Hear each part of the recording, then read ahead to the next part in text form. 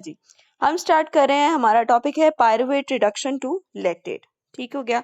अच्छा, पायरुवेट को हमने क्या करना है, इनटू लैक्टेट में कन्वर्ट करना है। ठीक है। अब इस प्रोसेस के लिए मैंने अभी आपको रिकॉल करवाया कि हमने 6 स्टेप था जो ग्लाइकोलिसिस का। ठीक है, जिसमें हमने क्या किया था, आपका ग्लाइसरल्डिहाइड 3 फॉस्फेट को कन्वर्ट किया था इनटू 1,3 बिस फॉस्फोग्लिसरेट में। इस रिएक्शन में क्या था, हमारे पास NaDH बनी थी। ठीक है, अब 2 ग्लिसरल्डिहाइड फॉस्फेट होंगे तो 2 ही NaDH बनेगी और 2 ही ये बनेंगे। ठीक हो गया। अच्छा, ये तो कहानी हो गई कि यहाँ जो NaDH बना था ना, उसने यूज होना है आपके पास इस कन्वर्जन में। ठीक है। अच्छा, अभी देखो ना, इसको हम जरा रिमूव करके थोड़ा बड़ा करते हैं। ये देखो, अब हम देखो कर रहे हैं पायरुवेट की कन्वर्जन करनी है हमने इनटू लैक्टेट।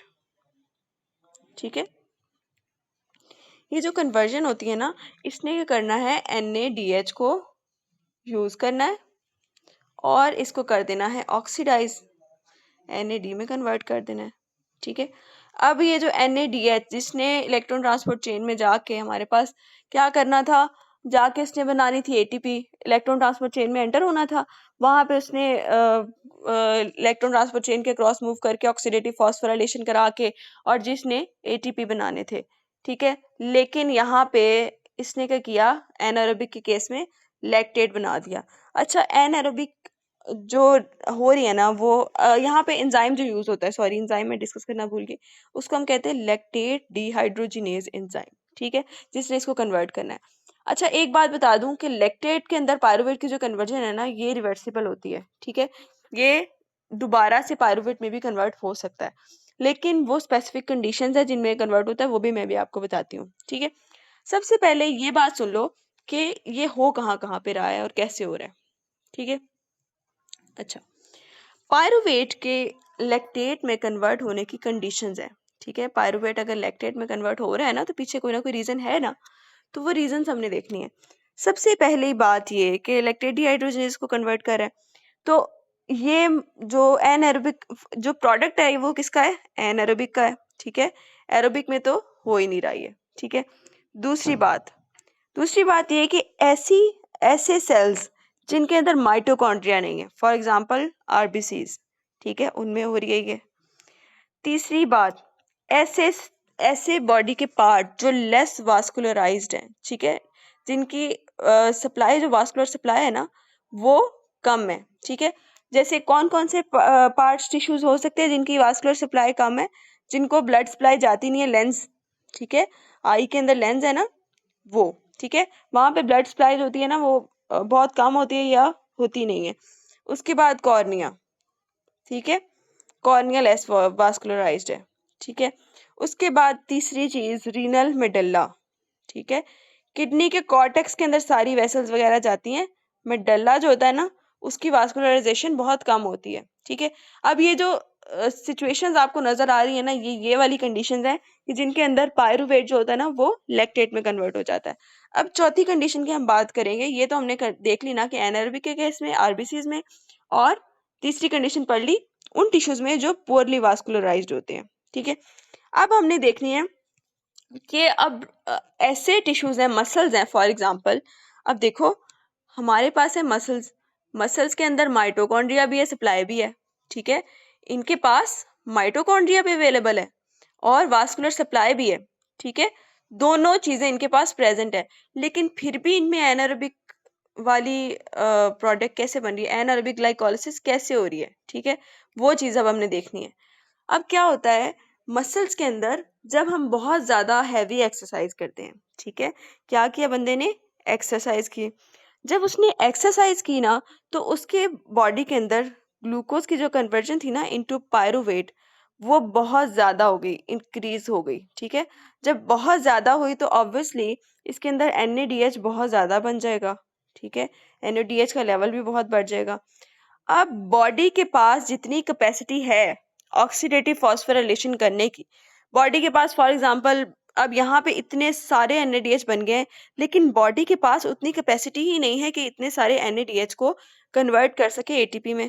ठीक है, क्योंकि हैवी एक्सरसाइज की उस बंदे ने, इतनी ज्यादा NADH बन गई है। अब हमने NADH को उसकी फॉर्म में भी तो लाना है ना, कि NAD पॉजिटिव हमें अवेलेबल कराना है। जब सारा NAD पॉजिटिव ऑक्यूपाई हो जाएगा तो वो भी तो प्रॉब्लम क्रिएट कर सकता है ना। तो इसलिए हमें NADH को फॉरन से ATP के लिए यूटिलाइज करना होता है ताकि इससे ATP बन सके।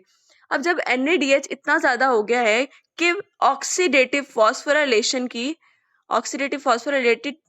जो कैपेसिटी है उससे रीच कर गया ये NADH, तो क्या होगा, ये NADH जो बचा हुआ होगा ना, जो फालतू है, ठीक है, एक्सीड किया हुआ है, उसने क्या करना है, इस पायरुवेट को कन्वर्ट करना शुरू कर देना इनटू लैक्टेट। कहीं तो लगना है ना उसने। तो अब ये जो पायरुवेट की लैक्टेट में कन्वर्जन है ना, ये क्या करेगी, पायरुवेट की जब लैक्टेट में कन्वर्जन होगी तो क्या करेगी, मसल्स के अंदर लैक्टिक एसिड की अकोमुलेशन हो जाएगी, इंक्रीज लैक्टिक एसिड की। ठीक है, अब ये जो लैक्टिक एसिड ज्यादा हो जा रहा है ना, ऑब्वियसली ये एसिड है, लैक्टेट है, ठीक है, इसकी वजह से क्या होगा, मसल की ना इंट्रासेलुलर पीएच ड्रॉप करनी शुरू हो जाएगी। ठीक है, मसल की पीएच ड्रॉप करेगी तो उसकी वजह से क्या होता है, क्रैम्प्स पड़ जाते हैं, खलियां पड़ जाती है ना टांगों में। ये तब होता है जब बहुत ज्यादा हैवी एक्सरसाइज करते हैं हम, तो क्या होता है कि बहुत ज्यादा ग्लाइकोलिसिस होती है, जिसकी वजह से NADH इतना ज्यादा बन जाता है कि उस सेल की ऑक्सीडेटिव कैपेसिटी जो होती है उससे एक्सीड कर जाता है NADH। तो अब जब एक्सीड क्या हुआ NADH, उसने क्या करना है, बचे हुए पायरुवेट को कन्वर्ट करना शुरू कर देना इनटू लैक्टेट, और वो लैक्टेट क्या करता है, मसल की पीएच लो कर देता है और क्रैम्प्स पड़ जाते हैं हमारे। और उसके बाद अगर बहुत ज्यादा बन जाए, मच ऑफ द लैक्टेट जो होता है ना, वो फिर क्या करता है, ब्लड स्ट्रीम में डिफ्यूज करना शुरू कर जाता है। ठीक है, अब ये जो बहुत ज्यादा हुआ लैक्टिक एसिड है ना, पहले तो खलियां पड़ जाएंगी, उसके बाद क्या करेगा, ये ब्लड स्ट्रीम में जाना शुरू कर देगा, और ब्लड स्ट्रीम में जाएगा और फिर लिवर इसको यूज कर सकता है लैक्टिक एसिड को for the formation of glucose. ठीक है, इसीलिए आहिस्ता आहिस्ता हमारी जो खलियां पड़ी होती हैं वो ठीक हो जाती हैं, क्योंकि वो ब्लड स्ट्रीम में चला जाता है lactic acid, Aahista Aahista diffuse हो होके, और लिवर में जब वो जाता है तो वो lactic acid conversion into glucose होनी शुरू हो जाती है। ठीक हो गया, ये तो हमने मसल्स में पढ़ ली। लेकिन और भी हमारे दो तरह के मसल्स और होते हैं जिनमें हम जिक्र करेंगे लिवर का और हार्ट का, जो हमारे बॉडी के बाकी मसल से थोड़ा सा डिफर करते हैं। अच्छा, एक मेरी बात सुनना, सबसे पहले देखो कि ये जो कन्वर्जन हो रही है, देखो सॉरी, पायरुवेट की कन्वर्जन इनटू लैक्टेट। ठीक है, अब इसने पायरुवेट ने लैक्टेट में कन्वर्ट तो हो गया, तो इसने यूज क्या कर लिया, NAD को यूज करके, NADH को यूज करके NAD बना दिया। ठीक है, अच्छा, अब अगर लैक्टेट ने दोबारा पायरुवेट में कन्वर्ट होना है तो ऐसी कौन सी कंडीशंस होंगी जिनमें जो है वो लैक्टेट जो है दोबारा पायरुवेट में कन्वर्ट हो जाता है।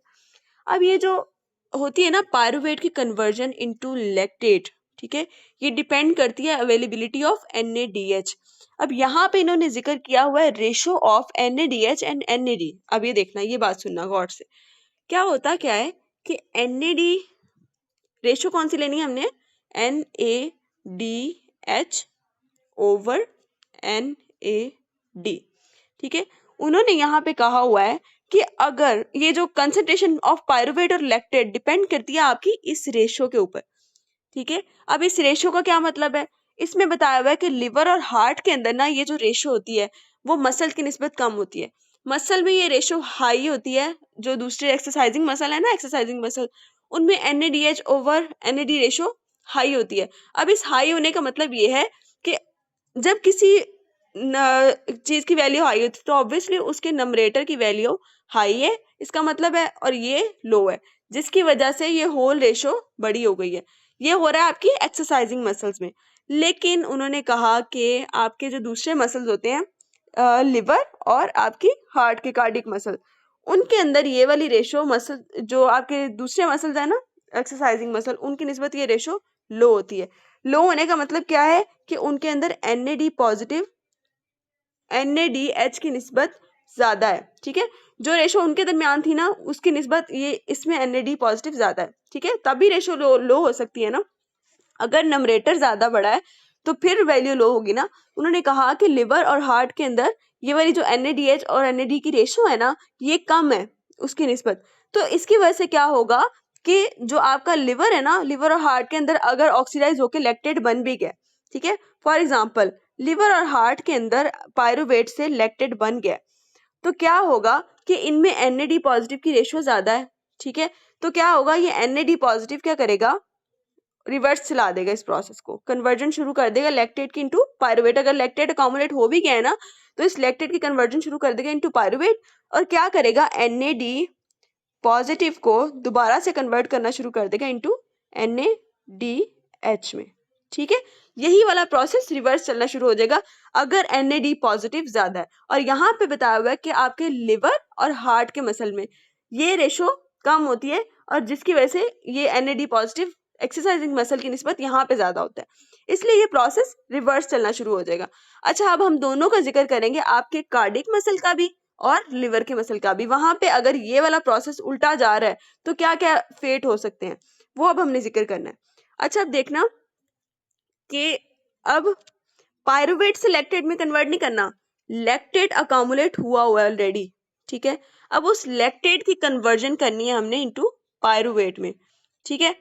अब अगर हम बात करें यहाँ पे लिवर वाले की, ठीक है, लिवर के टिश्यूज की, लिवर में क्या होता है कि जब ये लैक्टेट पायरुवेट में कन्वर्ट होता है तो ऑब्वियसली इस प्रोसेस के अंदर NADH बनेगी ना, NAD पॉजिटिव यूज होगा और NADH बनेगी, और ये जो NADH है ना, ये देन आपके पास क्या हो सकता है कि इसमें बन गया पायरुवेट।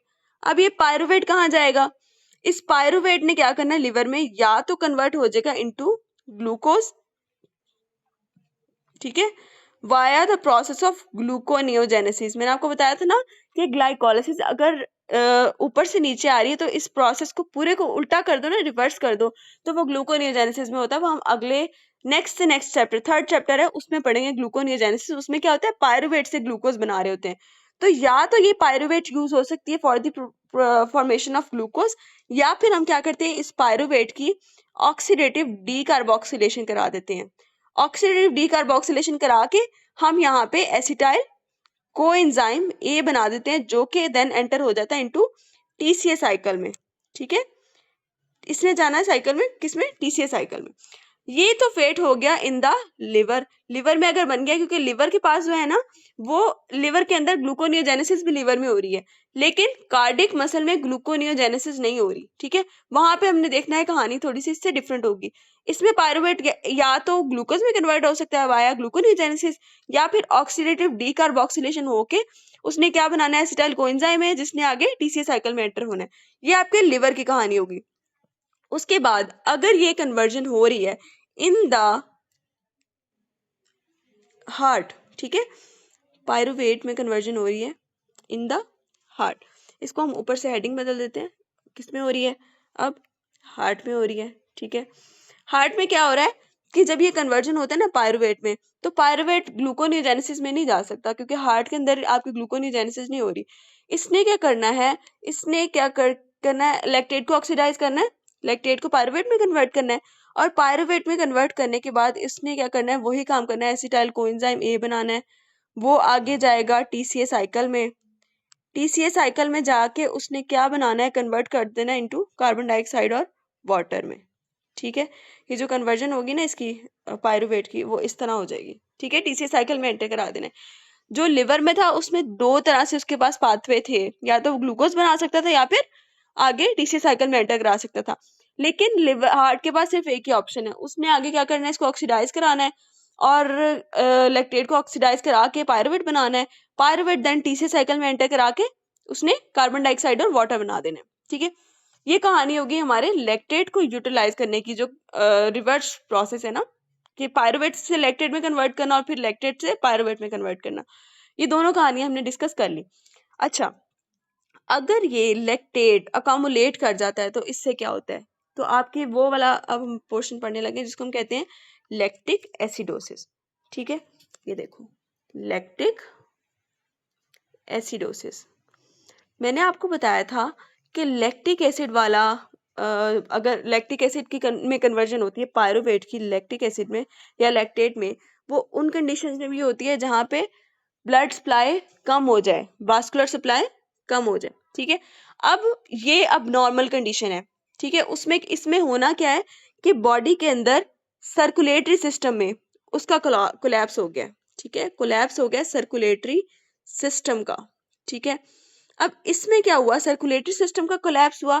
फॉर एग्जांपल इसके एग्जांपल्स हम क्या ले सकते हैं, मायोकार्डियल इन्फार्क्शन हो गया है उस बंदे को, ठीक है, या फिर उसकी पल्मोनरी एम्बोलिज्म हो गया है। ये जो है ना लंग्स के अंदर जो पल्मोनरी वेसल्स हैं उनके अंदर कोई एम्बुलाई आ गया जिसकी वजह से जो है ना वो सर्कुलेशन ब्लॉक हो गई है।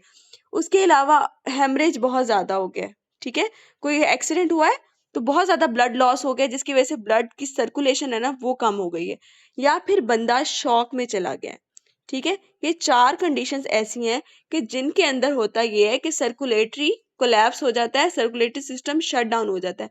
और जब सर्कुलेटरी सिस्टम ही नहीं चल रहा तो क्या होगा कि जो टिश्यूज होंगे ना उनको प्रॉपर ऑक्सीजन ही नहीं मिलेगी, ठीक है। सर्कुलेटरी सिस्टम का कोलैप्स हो गया है और टिश्यूज को ऑक्सीजन मिल नहीं रही, ठीक है, ऑक्सीजन की कमी हो जाएगी टिश्यूज में, तो क्या होगा कि उस बंदे के अंदर ऑक्सीजन नहीं है तो ऑब्वियसली ऑक्सीडेटिव फॉस्फोराइलेशन नहीं चलेगा, ठीक है।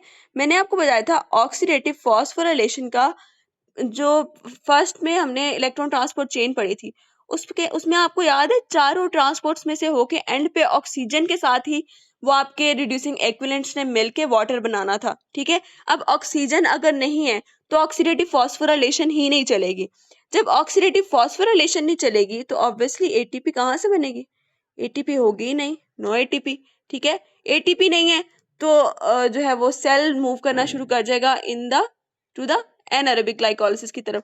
तो अगर ग्लाइकोलिसिस वहां पे हो चुकी हुई है तो उस टिश्यू के अंदर ऑक्सीजन नहीं है टू ऑक्सीडाइज दैट NADH, उस NADH को आगे यूटिलाइज नहीं कर सकता। अगर ग्लाइकोलिसिस हो गई है तो अब उसको यूटिलाइज नहीं कर सकता, तो उसकी वजह से क्या होगा, टिश्यूज में नॉर्मल टिश्यूज में भी एनारोबिक ग्लाइकोलिसिस शुरू हो जाएगी। एनारोबिक ग्लाइकोलिसिस शुरू हो जाएगी तो वो जो NADH है वो यूज होके पायरुवेट को कन्वर्ट करना शुरू कर देगा इनटू लैक्टेट, ठीक है, खुद NAD में कन्वर्ट हो जाएगा। क्योंकि इस NADH को यूज करने के लिए ऑक्सीडेटिव फॉस्फोराइलेशन तो हो नहीं रही क्योंकि ऑक्सीजन ही नहीं है टिश्यू के पास, लैक्टेट बढ़ता जा रहा है, ठीक है। अब ये जो लैक्टेट बढ़ता जा रहा है ना वो उसने करानी है लैक्टिक एसिडोसिस, ठीक है, उसकी वजह से हो रही है।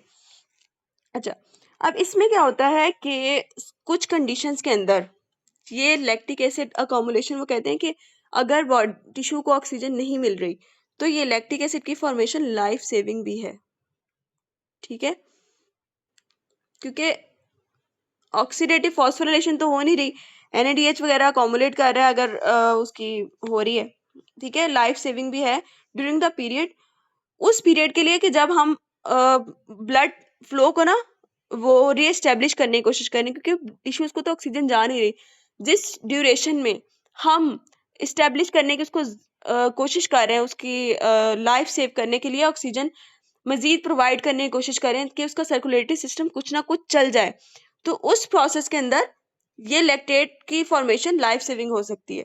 उसके बाद ये कि यहाँ पे एक डेफिनेशन है जिसको हम कहते हैं ऑक्सीजन डेप्थ, ठीक है, ऑक्सीजन डेप्थ का पता होना जरूरी है। What is oxygen depth?